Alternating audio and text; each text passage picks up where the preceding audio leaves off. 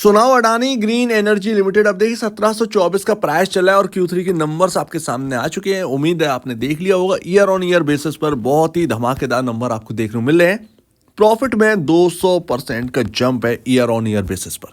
तो इन नंबर्स के बाद क्या अडानी ग्रीन एनर्जी अब जहां से गिरा था वहां तक की कोशिश कर सकता है? एटलीस्ट यहां पर जो है जितना अभी बाकी है रिकवर करना, क्या उसमें से 50% इन नंबर्स के दम पर, तो अभी 200% नहीं बल्कि यहां पर 148.50% का जंप है year on year basis net profit में। थोड़ा सा करेक्शन कर लीजिएगा।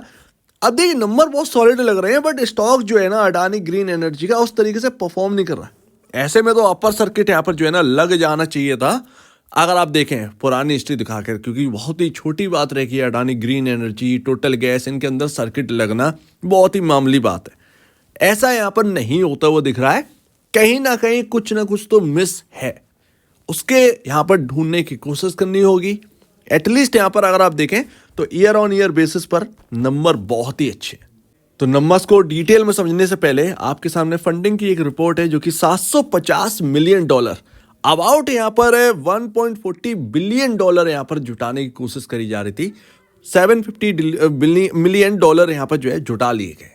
तो लमसम आप ये समझिए 5,500 करोड़ के अराउंड यहां पर जो है रकम जुटाई गई है अडानी ग्रीन एनर्जी ने।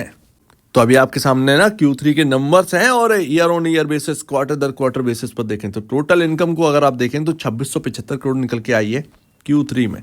अब आप क्वार्टर दर क्वार्टर बेसिस पर देखेंगे ना, पिछले क्वार्टर में 2590 करोड़ का यहाँ पे जो है टोटल इनकम थी, जो कि बढ़कर 2675 करोड़, यानी कि मामूली बढ़त है। कोई ऐसी बढ़त हमें देखने को नहीं मिल रही है क्वार्टर दर क्वार्टर बेसिस पर आपके टोटल इनकम।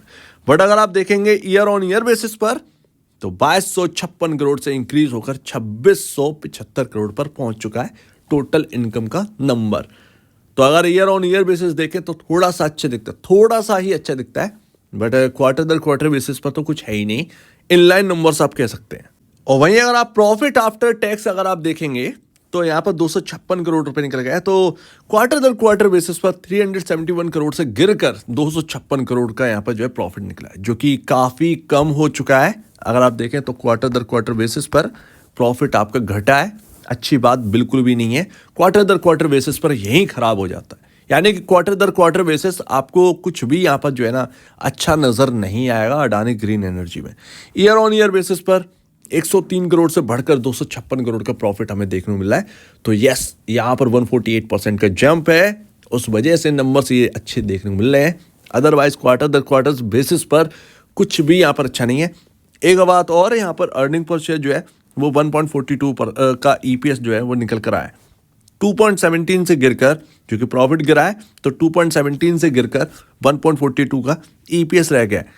लेकिन अगर आप देखेंगे ईयर ऑन ईयर बेसिस पर 0.47 का EPS इंक्रीज होकर 1.42 पर पहुंच गया है। लेकिन मैं आपको बताऊं कि जो P रेशियो आप देख रहे हैं वो आपका क्वार्टर दर क्वार्टर बेसिस पर जो EPS आते हैं ना वो कैलकुलेट होकर बनता है। तो उस लिहाज से अगर आप देखें तो नंबर्स बहुत खराब निकले हैं। यस, आप भले ही यहाँ पर जो है ईयर ऑन ईयर बेसिस पर जज करते रहे, बट आपका जो EPS है वो गिर गया है। उसकी वजह से P रेशियो में जो कंफर्ट आना था रिटेल को अभी भी यहाँ पर देखने को नहीं मिला है। क्वार्टर दर क्वार्टर बेसिस पर बहुत बड़ी निराशा यहाँ पर जो है हाथ लगी है अडानी ग्रीन से।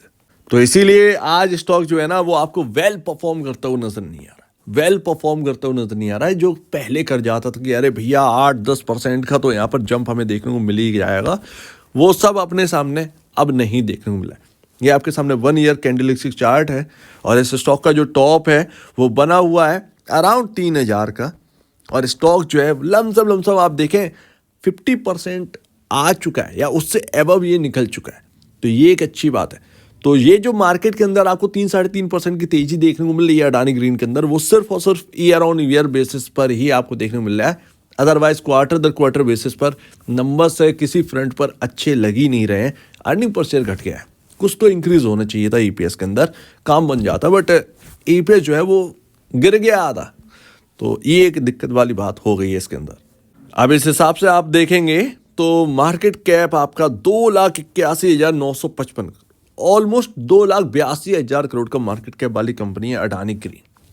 तो आप अगर आप देखें फंडामेंटल बेसिस पर तो आपको ये वैल्यूएशन ही नजर आएगी, इनर साइड आपको ज्यादा कुछ नजर नहीं आएगा अडानी ग्रीन एनर्जी के नंबर्स के अंदर।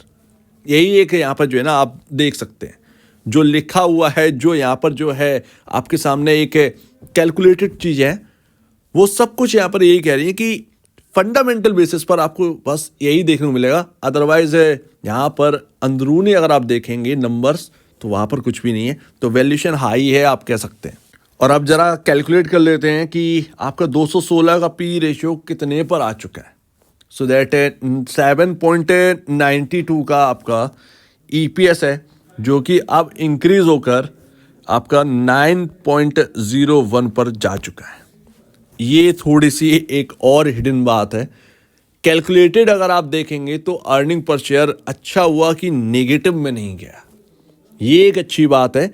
अगर आपको 7.92 का ही ईपीएस देखने को मिलता है या इससे कम हो जाता तो मार्केट के अंदर गिरावट आ जाती अडानी ग्रीन एनर्जी के अंदर।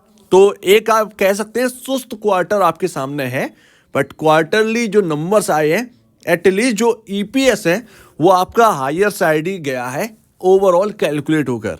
तो 7.92 से बहुत ज्यादा अर्निंग पर शेयर नहीं बढ़ा है, बट 9.01 है। तो यही एक हिडन पिक्चर है और इसी वजह से स्टॉक जो है वो टिका हुआ है हायर साइड।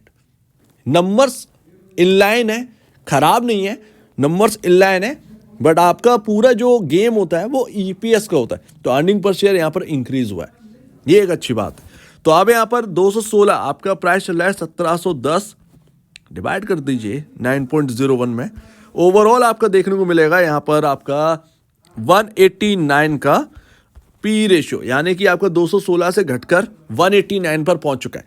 बस यहां पर अगर आपका क्वार्टर दर क्वार्टर बेसिस पर नंबर अच्छे आ जाते तो ये ईपीएस और इंक्रीज हमें देखने को मिलता है। ऐसे में आपका जो पी रेशियो 189 देखने को मिल रहा है वो और उसके अंदर कमी आती हुई दिखती, वैल्यूएशन कंफर्ट की ओर और बढ़ता नहीं बेशक।